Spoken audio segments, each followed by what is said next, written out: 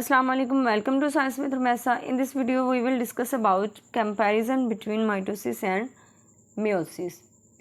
आज की इस वीडियो में हम माइटोसिस और मियोसिस के दरमियान मुआवजना पढ़ेंगे कि उनकी जो सेल डिवीजन है उसमें सिमिलैरिटीज़ क्या है, मतलब कि क्या क्या चीज़ मुशाबत रखती है और कौन कौन से डिफरेंसेस पाए जाते हैं।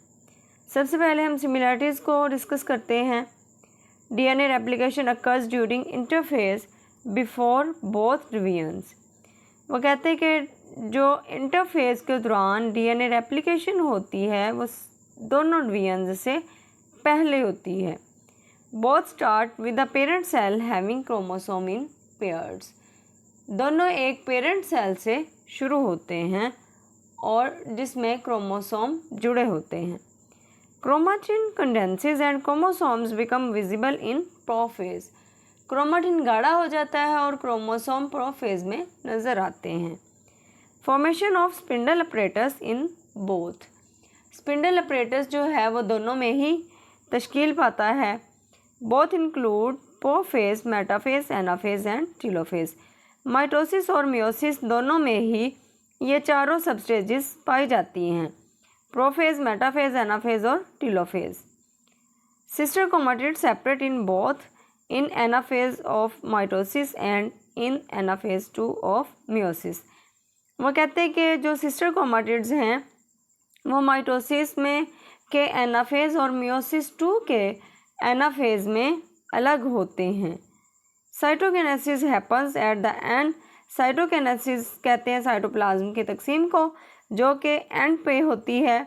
Forming new sales. साइटोकिनेसिस होने के बाद ही नए सेल्स बनते हैं।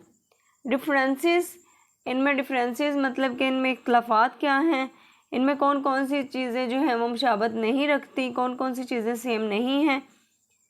Differences between mitosis and meiosis. Mitosis और मियोसिस के दरमियान फ़र्क क्या है? माइटोसिस में जब डिवीजन होती है उससे 2 सेल्स बनते हैं। मियोसिस में जब डिवीजन होती है तो एक सेल से 4 सेल बनते हैं। सेम क्रोमोसोम नंबर्स है हाफ्ड। अब जो माइटोसिस है उसमें जो क्रोमोसोम्स की तादाद होती है वो पेरेंट सेल की निस्बत डॉटर सेल में भी, पेरेंट सेल में जितनी होती है उतनी ही डॉटर सेल में होती है। मियोसिस में क्या होता है, जितनी पेरेंट सेल में होती है उससे हाफ आगे डॉटर सेल में क्रोमोसोम्स की तादाद जाती है। इन दोनों में डिफरेंस ये है। No variations due to crossing over. वो कहते हैं कि क्रॉसिंग ओवर की वजह से कोई भी तब्दीली नहीं होती। Mitosis occur in somatic cells. Mitosis somatic cells में पाए जाते हैं। Meiosis occurs in germline cells. Meiosis germline cells में पाया जाता है। नो पेयरिंग और crossing over in mitosis. Mitosis में कोई भी क्रॉसिंग ओवर या पेयरिंग नहीं होती। Homologous chromosomes pair and crossing over in meiosis. Meiosis में होमोलोगस क्रोमोसोम्स की पेयरिंग यानी उसके जोड़े और क्रॉसिंग ओवर नहीं होती।